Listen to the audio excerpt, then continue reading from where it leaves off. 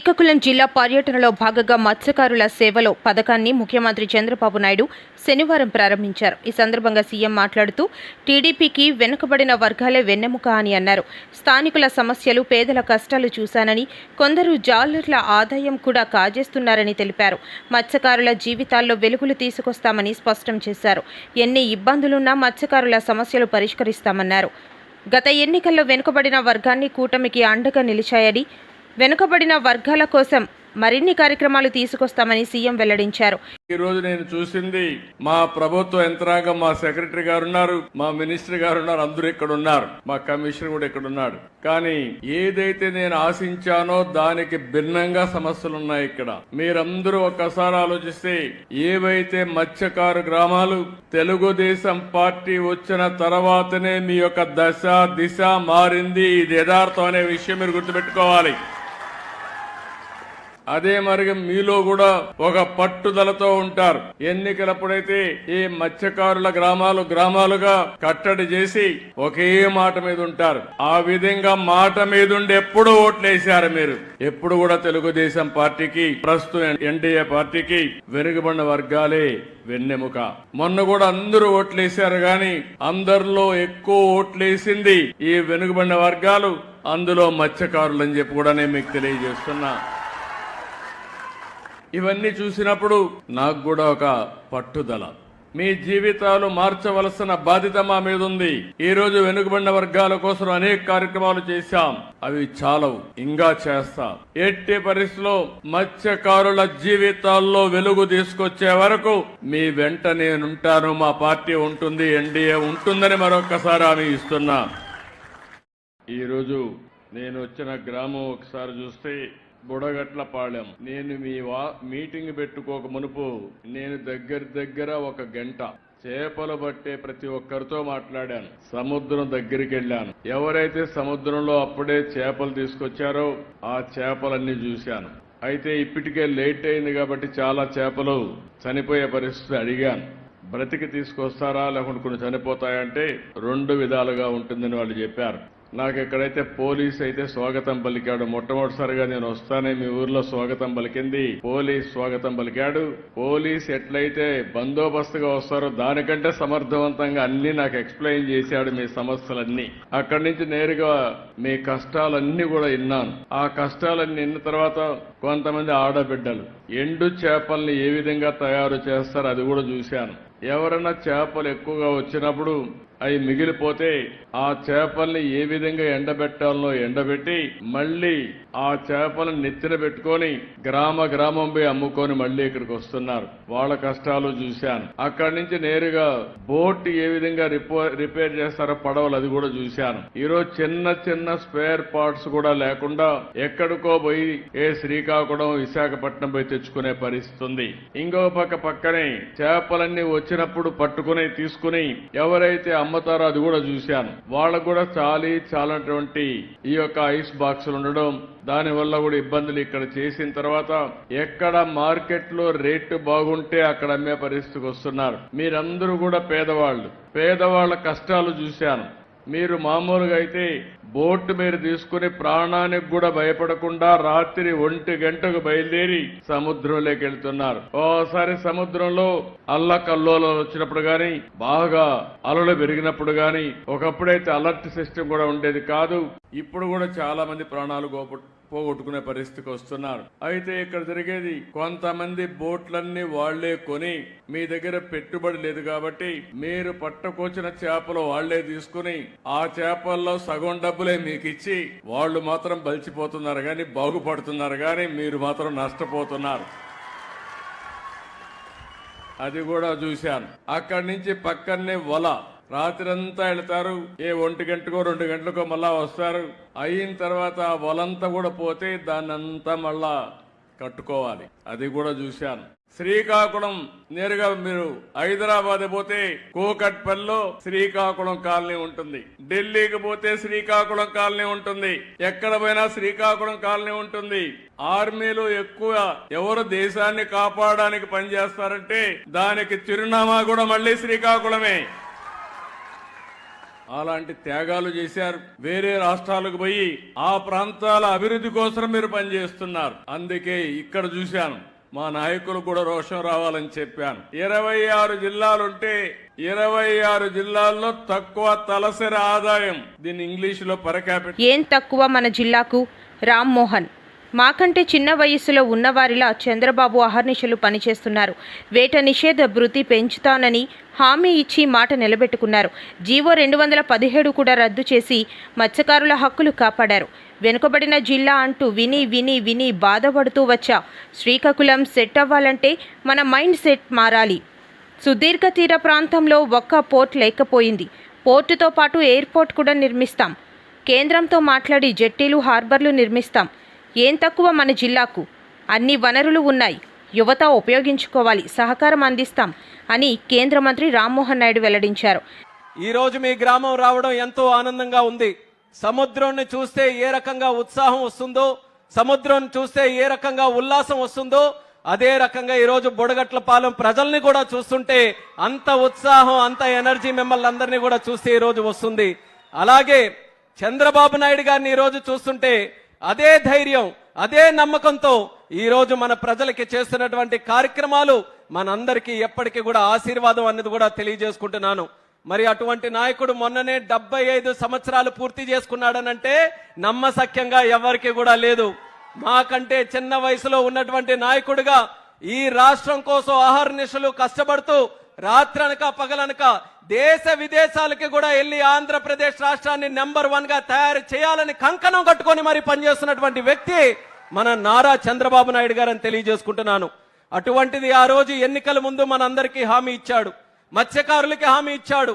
మీరు ఏదైతే మత్స్యకారులు ఉన్నారో 10,000 ఉన్నటువంటి మత్స్య వేట నిషేధ భృతి ఏదైతే ఉందో అది 20,000 చేస్తామని చెప్పి మాట మీద నిలబడి 1,30,000 మందికి 20,000 చొప్పున ఈ రోజు 280 కోట్ల వరకు రిలీజ్ చేసినటువంటి ప్రభుత్వం మన కూటమి ప్రభుత్వం అనేది కూడా తెలియజేస్తున్నాను. మత్స్యకారులు గత ప్రభుత్వంలో ఏ రకంగా అన్యాయం చెందారో అనేది ఒక్క ఉదాహరణ మనం తీసుకొని అంటే తడ నుంచి ఇచ్చాపురం వరకు మనకు ఉన్నటువంటి తీర ప్రాంత జిల్లాల్లో ఒక్క అసెంబ్లీ సీటు కూడా విడిచిపెట్టకుండా కూటమి ప్రభుత్వాన్ని గెలిపించారనంటే మత్స్యకారులు చంద్రబాబు నాయుడు గారి మీద, పవన్ కళ్యాణ్ మీద, అలాగే నరేంద్ర మోదీ గారి మీద ఎంత అభిమానంతో ఉన్నారో ఈ రోజు మనందరికీ కూడా తెలుస్తుంది. ఆ నమ్మకాన్ని నిలబెట్టుకోవాలని ఈ రోజు వేట నిషేధ భృతి పెంచారు. అలాగే జియో 217 ఏదైతే మత్స్యకారుల దగ్గర ఉన్నటువంటి చెరువులు లాక్కోవాలని గత ప్రభుత్వం ఒక పన్నాగం చేసిందో దాన్ని కూడా తిప్పికొడుతూ ఆ జీవోను కూడా రద్దు చేసి తిరిగి మత్స్యకారులకి వాళ్ళ హక్కులు ఇచ్చే ప్రయత్నం మన కూటమి ప్రభుత్వంలో చేసిందని తెలియజేస్తున్నాను. ఇలాగే భవిష్యత్తులో కూడా మీకు ఏ సమస్యలున్నా సరే రాష్ట్ర ప్రభుత్వం, కేంద్ర ప్రభుత్వం అందరి ప్రధానమంత్రి గారితో సహా సహకారం తీసుకొని మన జిల్లాలో ముఖ్యంగా ఉన్నటువంటి మత్స్యకారుల తాలూకా భవిష్యత్తుని ఇంకా సుందరంగా తయారు చేయడానికి మా వంతుగా కృషి చేస్తామని బుడగట్లపాలెం ద్వారా మత్స్యకారులందరికీ కూడా ఈ సభాముఖంగా తెలియజేసుకుంటున్నాము.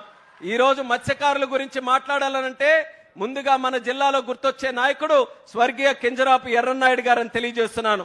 అక్కడ ఇచ్చాపురం నుంచి ఇక్కడ ఎచ్చెర్ల వరకు ఎవరికి ఎప్పుడు ఏ ఆపద ఉన్నా, ఏ సమస్య ఉన్నా, ఏ బాధ ఉన్నా సరే వాళ్ళ భుజాల మీద చేయేసి నేనున్నాను సోదరా అని ధైర్యం చెప్పినటువంటి నాయకుడు కింజరాపు ఎర్రన్నాయుడు గారు. ఆయన వారసులుగా ఈ రోజు రాజకీయాల్లోకి వచ్చి మా మీద కూడా అదే ప్రేమ అభిమానం చూపిస్తున్నారు. ఎలా అంటే ఈ రోజు చిన్న వయసులో, అతి చిన్న వయసులో కేంద్ర మంత్రిగా అవకాశం వచ్చిందనంటే అది ప్రజలు మీరు చూపిస్తున్నటువంటి ఆశీర్వాదం, అలాగే దేవుడిలాగా చంద్రబాబు నాయుడు గారు ఇచ్చినటువంటి ఆశీర్వాదం వల్ల ఈ రోజు ఉత్తరాంధ్ర శ్రీకాకుళం జిల్లా నుంచి ఒక కేబినెట్ మినిస్టర్ గా ఈ రోజు కేంద్రంలో నాకు కూర్చోబెట్టారు. మత్స్యకార మినిస్టర్ మన శ్రీకాకుళం జిల్లాకి ఇచ్చారు. అలాగే పరిశ్రమలు తీసుకొని వచ్చే ఎంఎస్ఎంఈ మినిస్టర్ మనకి ఇన్ఛార్జిగా పెట్టారు. మంచి ప్రజాప్రతినిధులు ఎన్నుకునే అవకాశం ఈ రోజు చంద్రబాబు నాయుడు గారు మన అందరికీ కూడా అవకాశం ఇచ్చారు. మా వంతుగా కష్టపడతాం. ఎందుకనంటే విని విని విని విని కూడా చెవుళ్ళు ఈ రోజు నొప్పెడుతున్నాయి. శ్రీకాకుళం జిల్లా అంటే వెనకబడిందని మార్చాలి, తలరాతలు మారాలి. శ్రీకాకుళం సెట్ అవ్వాలంటే మన మైండ్ సెట్ మార్చాలన్నది ఇక్కడ ఉన్నటువంటి రాష్ట్ర మంత్రి అచ్చెన్న మాట్లాడుతూ మత్స్యకారుల సేవలో పథకం ద్వారా మత్స్యకార కుటుంబాలకు 20,000 రూపాయల చొప్పున సాయం అందించనున్నారు. సముద్రంలో వేట విరామ సమయంలో ఆర్థిక సాయం అందించనున్నారు. ఈ పథకం కింద 1,29,178 కుటుంబాలకు 258 కోట్ల రూపాయలు లబ్ధి చేకూరనుంది. గత ప్రభుత్వ హయాంలో 10 లక్షల కోట్ల రూపాయలు అప్పులు చేశారని, వైసీపీ హయాంలో తీసుకొచ్చిన రుణాలు ఏం చేశారో కూడా లెక్కలు లేవని విమర్శించారు. కూటమి ప్రభుత్వం వచ్చాకే జాలర్ల దశ దిశ మారనుందన్నారు. వేట విరామ సమయంలో జాలర్లకు ఆర్థిక సాయం చేస్తున్నామన్నారు. మత్స్యకార కుటుంబాలకు 20,000 రూపాయల చొప్పున సాయం అందిస్తున్నామని తెలిపారు. ఈ పథకం కింద 1,29,178 కుటుంబాలకు 259 కోట్ల రూపాయలు లబ్ధి చేకూరుతోందని చెప్పారు. మిమ్మల్ందరికీ పేరు పేరున హృదయపూర్వకమైనటువంటి నమస్కారాలు, అభినందనలు తెలియజేస్తున్నాను. 1982వ సంవత్సరంలో విశ్వవిఖ్యాత నట సార్వభౌములు నందమూరి తారక రామారావు గారు తెలుగుదేశం పార్టీ పెట్టినప్పటి నుంచి నేటి మన చంద్రబాబు నాయుడు గారి వరకు 44 సంవత్సరాలు కష్టాల్లో సుఖాల్లో నిరంతరం తెలుగుదేశం పార్టీకి అంటి పెట్టుకున్నటువంటి కమ్యూనిటీ మన మత్స్యకార కమ్యూనిటీ అని గర్వంగా ఈరోజు నేను చెప్పదలిచాను. ఒకసారి 42 సంవత్సరాలు వెనక్కి వెళ్తే మత్స్యకార గ్రామాల్లో కనీసమైనటువంటి మౌలికమైనటువంటి సదుపాయాలు కూడా లేనటువంటి పరిస్థితి. చాలా మందికి తెలియదు. తెలుగుదేశం పార్టీ వచ్చిన తర్వాత పుట్టిన వాళ్ళు చాలా మంది ఉన్నారు. ఆ రోజు ఉన్న వాళ్ళు చాలా మంది లేకుండా ఉన్నారు. కానీ ఈరోజు గంటా పదంగా చెప్పగలం, శ్రీకాకుళం జిల్లాలో మత్స్యకార గ్రామాల్లో స్కూల్ వచ్చినా, పాఠశాల వచ్చినా, కరెంట్ వచ్చినా, డ్రైన్ వచ్చినా, ఏ కార్యక్రమం వచ్చినా సరే అది తెలుగుదేశం పార్టీ చంద్రబాబు నాయుడు గారు ఆధ్వర్యంలోనే వచ్చిందని ఈ సందర్భంగా తెలియజేస్తున్నాను. అటువంటి కమ్యూనిటీని అన్ని విధాలా మనం ఆదుకోవాలి. అటువంటి కమ్యూనిటీని ఈ సమాజంలో ఒక గౌరవప్రదంగా బతికే విధంగా సహకరించాలనే ఉద్దేశంతోనే మన ముఖ్యమంత్రి గారు పనిచేస్తున్నటువంటి విషయం మీ అందరికీ తెలుసు. ఆ రోజు ఎన్టీఆర్ గారు గృహ నిర్మాణం కట్టారంటే మొట్టమొదటిసారి మత్స్యకార గ్రామాల్లోనే మనకి కట్టినటువంటి విషయాన్ని మీ అందరికీ కూడా గుర్తు చేస్తున్నాను.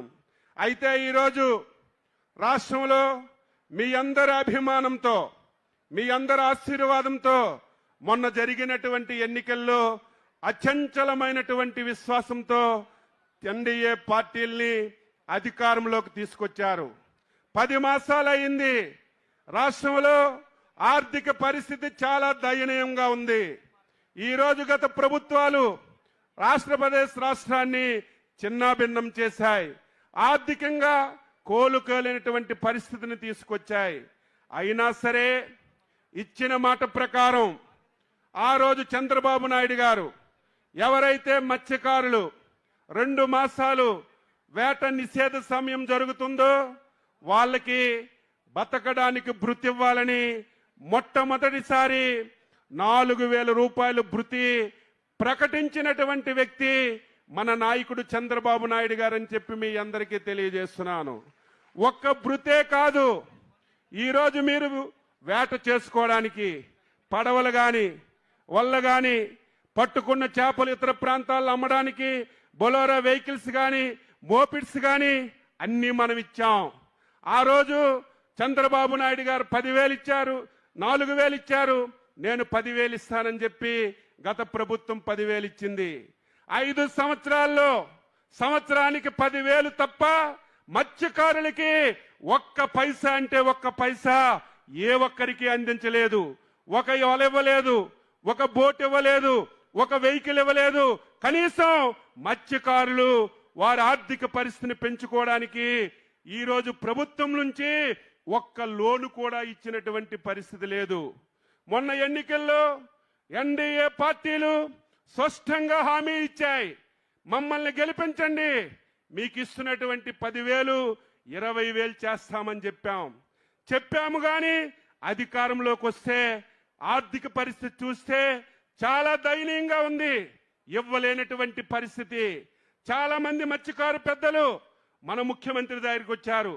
సార్, మాకు ఆర్థిక పరిస్థితి తెలుసు, రాష్ట్రంలో చాలా ఇబ్బందులు ఉన్నాయి, చాలా సమస్యలు ఉన్నాయి, తరువాత 20,000 ఇద్దరు కానీ ముందు 10,000 ఇవ్వండి అని అడిగారు. కానీ మన ముఖ్యమంత్రి గారు ఒప్పుకోలేదు. మాట ఇచ్చానంటే మాట నిలబెట్టాలి, ఇచ్చిన మాట నెరవేర్చాలని చెప్పి ఏదైతే మనకి ఏప్రిల్ 15 నుంచి